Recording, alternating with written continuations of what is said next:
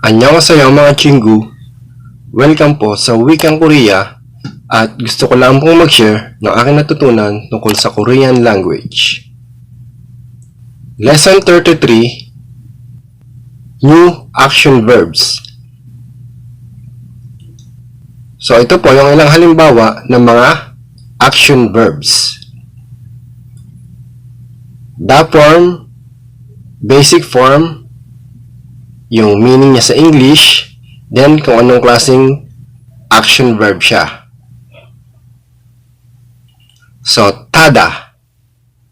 Basic form is ta, to ride. Regular verb. Nerida. Basic form, neryo,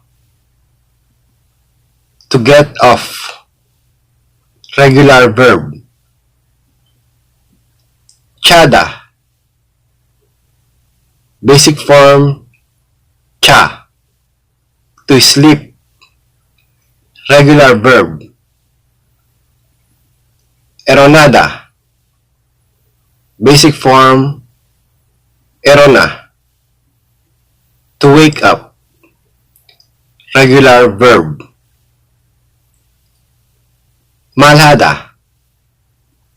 Basic form, malhe, to speak, tell, or talk. Ito ay hada verb. Ponida. Basic form, pune, to send. Regular verb. Suda. Basic form, so, to write. Regular verb. Then, ang isa pang meaning ng suda, basic form is so, is to use. Regular verb. So, atin pong iisa-isahin ito at gagamitin natin sa pangusap. So, unahin natin dito sa tada, to ride. Basic form is ta. Tinanggal ang da, last vowel is a, kaya hindi na natin kailangan pang lagyan ng a. Basic form ng tada is ta. So, lalagyan natin ng object marker na ul or rule kung saan tayo sasakay or sumakay. So, example sentences. Ajik 택시를 타고 있어요. 아직 택시를 타고 있어요. I'm still riding in a taxi. So, 아직, still, then taxi, taxi, object marker na rule. Rule kasi walang pachim or final consonant itong taxi, kaya object marker na rule ang inilagay. Taxi rule. Then, tago 있어요. Present tense. Riding. So, tada, to ride, tinanggal ang da, plus kuita. Taguita. Then, itong taguita, kinonjugate sa basic form. Tinanggal ang da, last vowel is e, may pachim or final consonant, kaya nilagyan ng o. Tago iso or tago isoyo. Riding. So, itong taxi ang object ng action verb na tago isoyo. Nakasakay ng taxi or sumasakay ng taxi. 아직 택시를 타고 있어요. I'm still riding in a taxi. Nakasakay pa rin ako sa taxi.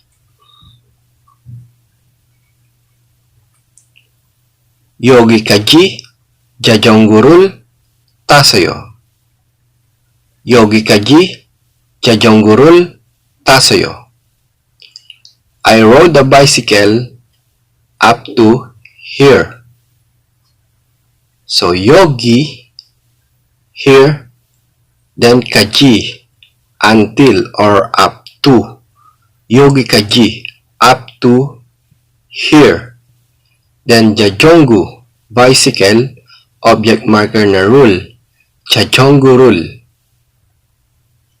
Then, tasoyo, past tense, road. So, tada, basic form is ta. Then, itong basic form, nilagyan ng sangsiyut then o, kaya naging past tense. Taso or tasoyo, road. So, itong 자전거, ang object ng action verb na tasoyo. Sumakay ng bicycle. Rode a bicycle. So, 여기까지 자전거를 타서요. I rode a bicycle up to here. Sumakay ako ng bisikleta hanggang dito. Then, dito naman tayo sa 내리다. To get off. Basic form is 내려. Tinanggal ang da. Last vowel is E. Walang patchim or final consonant. Kaya itong last vowel na E, pinalitan natin ng yo. Basic form ng 내리다 is 내려. So, kung nalilito pa rin kayo sa pagko-conjugate ng the form to basic form, balikan nyo lang yung ating lesson tungkol sa rules kung paano mag-conjugate ng the form to basic form. So, from location marker na ESO ang ating gagamitin kung saan tayong sasakyan bumaba or bumababa. So, example sentences. Posueso neryosoyo. Posueso neryosoyo. I got off of the bus. Bumaba ako ng bus. So, posu, bus. From location marker na ESO, posueso. From the bus. Then, neryosoyo, past tense, got off. So, nerida, basic form is neryo. Itong basic form na neryo, nilagyan ng sangsiyut din o kaya naging past tense. Neryoso or neryosoyo. Got off or I got off. Or bumaba ako. Posueso neryosoyo. I got off of the bus.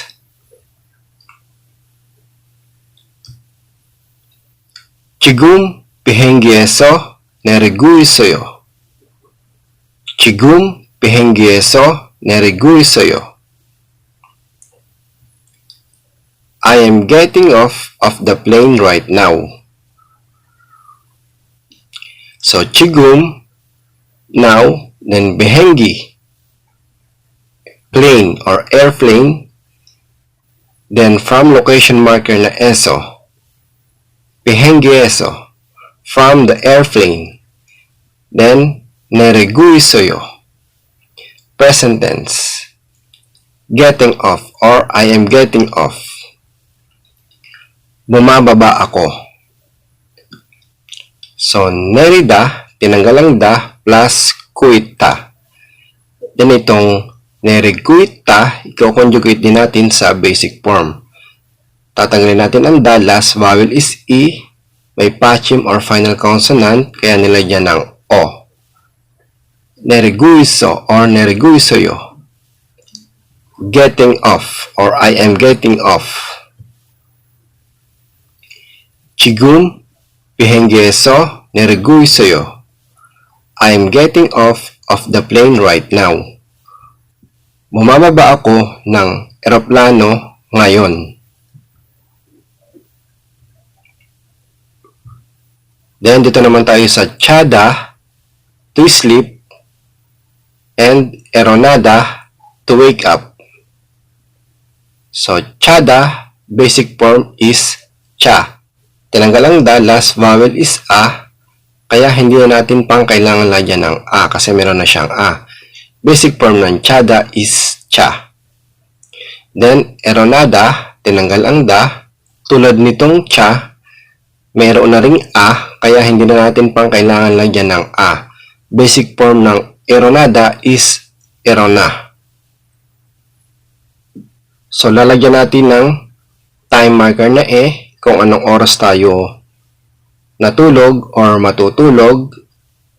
Ganon din kung anong oras tayo gumising or nagigising. Then, yung lugar kung saan tayo natulog, lalagyan natin ng eso. So, example sentences. 어제 여동생은 몇 시에 잤어요? 어제 여동생은 몇 시에 잤어요? What time did your little sister sleep yesterday? So, 어제, yesterday. So, 여동생, younger sister or little sister, topic marker na un. Un kasi may pachim or final consonant itong yodongseng. Kaya un ang nilagay, yodongsengun. So, ito ang topic ng pangungusap. Ito yung topic, ito yung tinatanong niya, yodongseng, younger sister or little sister. Then, mushi, what time? Time marker na mushi. Then, chasoyo. Did sleep. So, past tense. Chada, basic form is cha. Nilagyan ng sangsiyot din o kaya naging past tense. Chaso or chasoyo. Did sleep. So, oye, yodongsengun, misye, chasoyo. What time did your little sister sleep yesterday? Anong oras natulog ang iyong nakakabatang kapatid na babae kahapon? 차에서 자고 있었어요. 차에서 자고 있었어요. I was sleeping in my car. So, cha is car. Then, yung lugar kung saan ka natulog, nilagyan natin ng eso. 차에서. In my car or in car. 자고 있었어요. Was sleeping. Past tense. So, chada, to sleep, tinanggal ang da, plus kuita, chaguita. Then itong chaguita, i-conjugate pa ulit natin sa basic form. Tatanggalin natin ang da, last vowel is e, may pachim or final consonant, kaya nilagyan ng o. 자고 있어. Sleeping. So, itong 자고 있어, gagawin pa nating past tense. Lalagyan natin ng sangsiyot din o. 자고 있어서 or 자고 있었어요. I was sleeping. 차에서 자고 있었어요. I was sleeping in my car. Natulog ako sa aking sasakyan. 저는 오늘 너무 늦게 일어났어요. 저는 오늘 너무 늦게 일어났어요. Today I woke up too late. So, 저, I, topic marker na nun. 저는. So, ako ang topic ng pangusap. Ano ang mayroon sa akin? So, 오늘, today, 너무, too. 늦게, late. 너무 늦게, too late. Then, 일어났어요. Past tense. Woke up.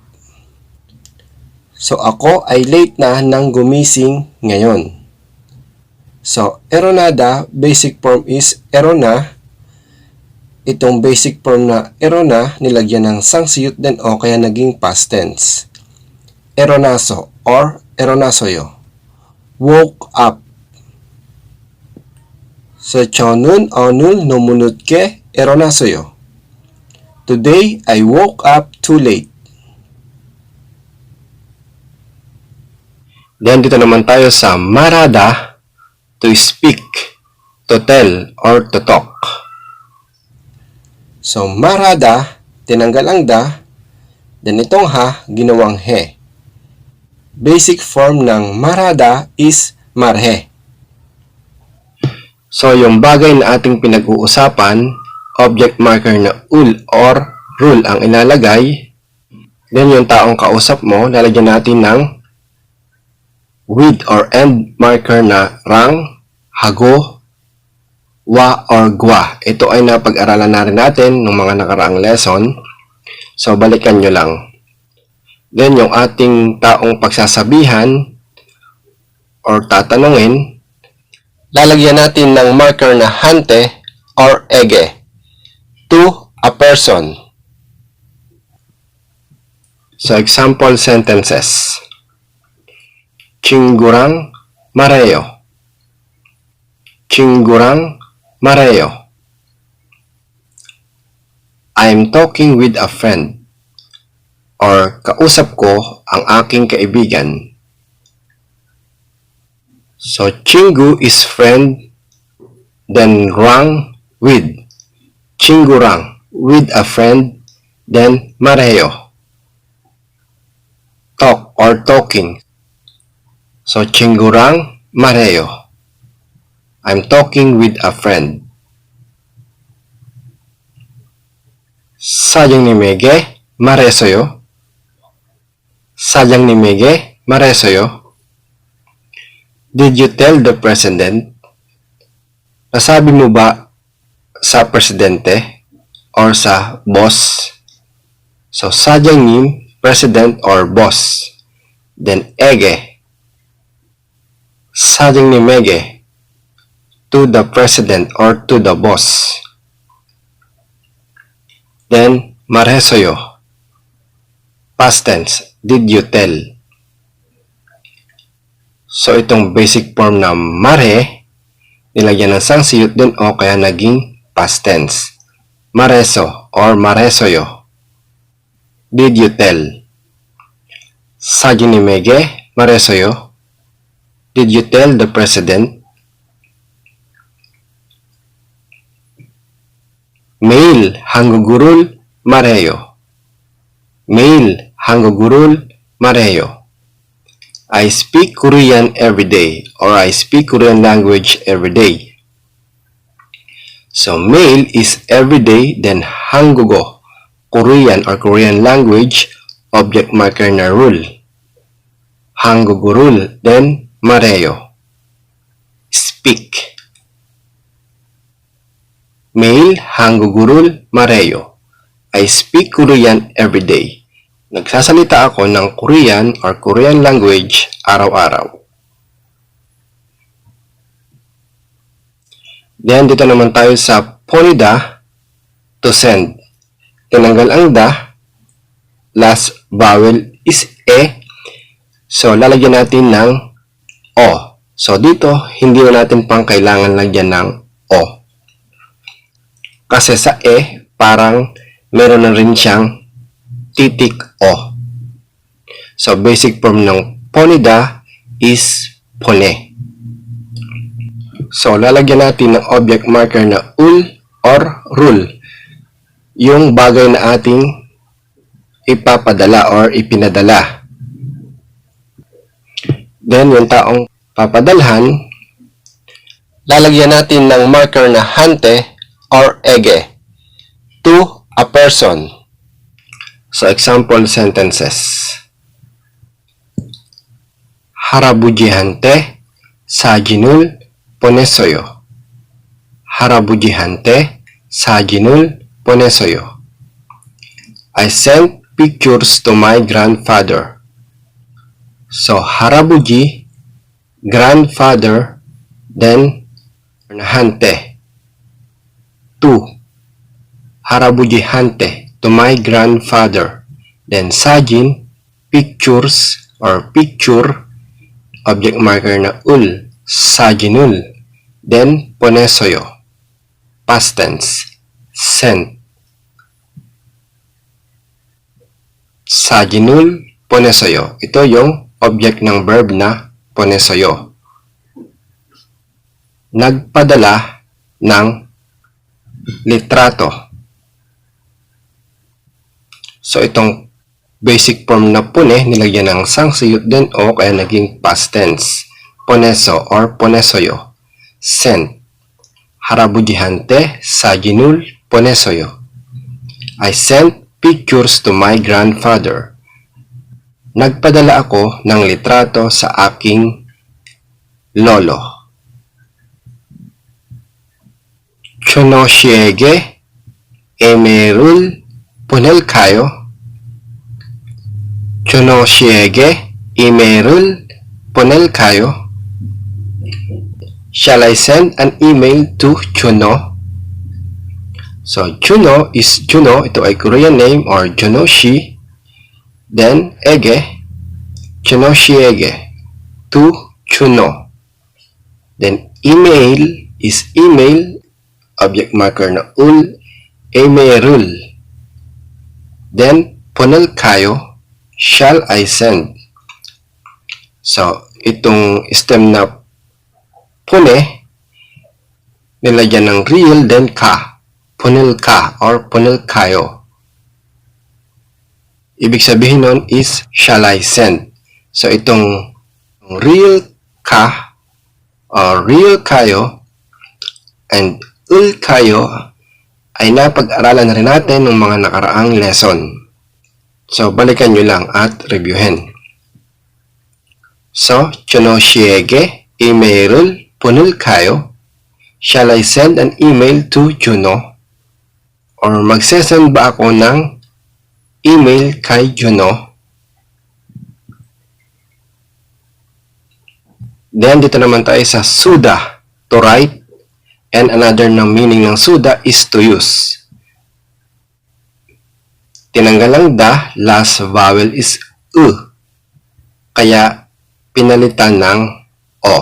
Basic form ng suda is so. To write or to use.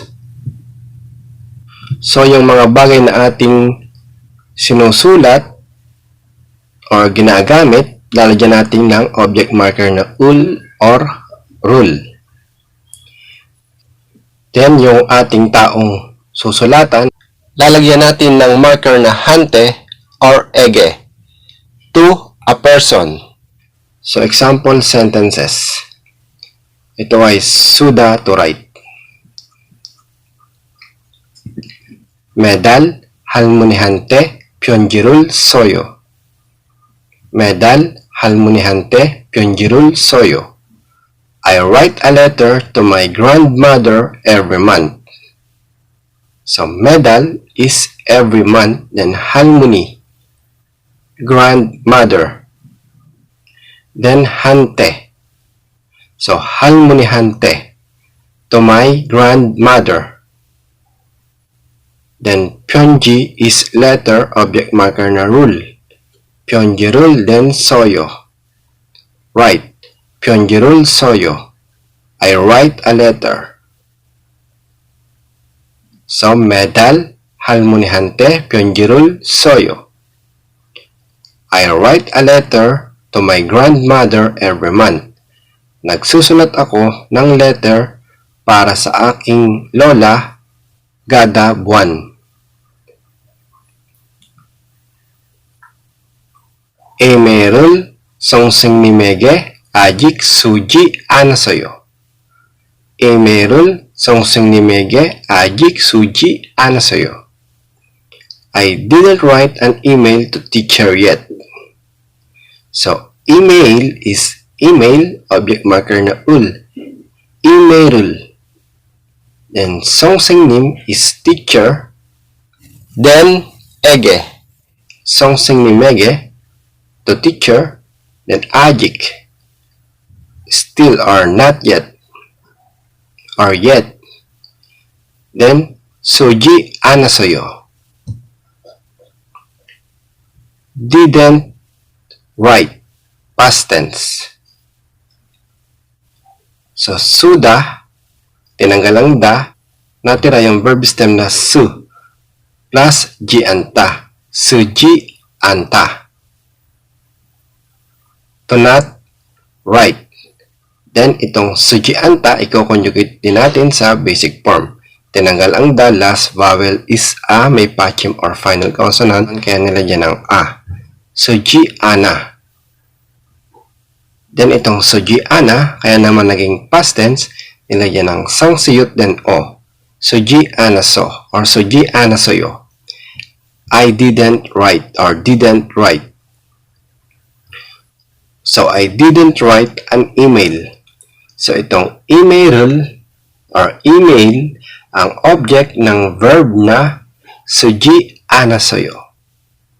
Didn't write. Hindi ako nagsulat ng email. So, email song singnimege ajik suji anasoyo. I didn't write an email to teacher yet. Or, hindi pa ako nagsulat ng email kay teacher. Then, dito naman tayo sa suda to use. So, example sentences. Inotobugul sulsuisoyo. Inotobugul sulsuisoyo. Can I use this laptop? So, E is this, then notebook. Ito ay laptop. Notebook. This laptop. Object marker na ul. Notebugul. Then, sulsuisoyo.